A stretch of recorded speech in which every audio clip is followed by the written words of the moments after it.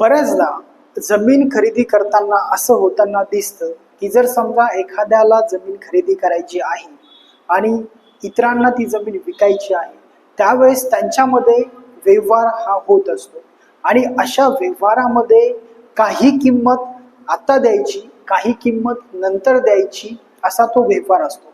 यामध्ये काही लिखापढी होते। जर समजा विसार पावती केली तर त्यामध्ये तशी अमाऊंट जी आहे ती लिहिली जाते आणि राहिलेली जी रक्कम आहे ती खरेदी खताच्या वेळेस देणे किंवा साठे खत हे केले जाते, त्यामध्येही तेच असते की आता एवढी रक्कम द्यायची आणि खरेदी खताच्या वेळेस एवढी रक्कम द्यायची। परंतु जर समजा तुम्ही असा व्यवहार केला आणि अशा व्यवहारानंतर 6 महिने किंवा वर्षभराचा कालावधी जर उलटला असेल आणि त्या कालावधीमध्ये जो खरेदी देणार आहे त्याला जर दुसरा व्यक्ती जो जमीन खरेदी घेणार आहे तो जर जास्त पैसे देत असेल तर तो तेथे व्यवहार करत असतो।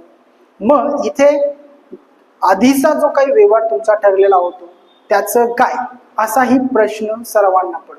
तसेच अनेकदा व्यवहार करताना बोगस कागदपत्रे ही सादर केली जातात, तसेच बोगस नोंदणी केले जातात। त्यामुळे अशी तुमची फसवणूक होऊ नये यासाठी जागरूक असणं गरजेचं आहे।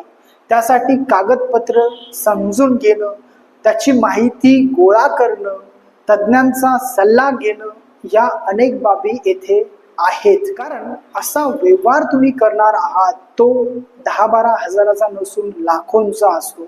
फसवणूक झाली तर कोर्ट कचेरी आपल्या पाठीमागे लागली ही बाब समजून घ्या।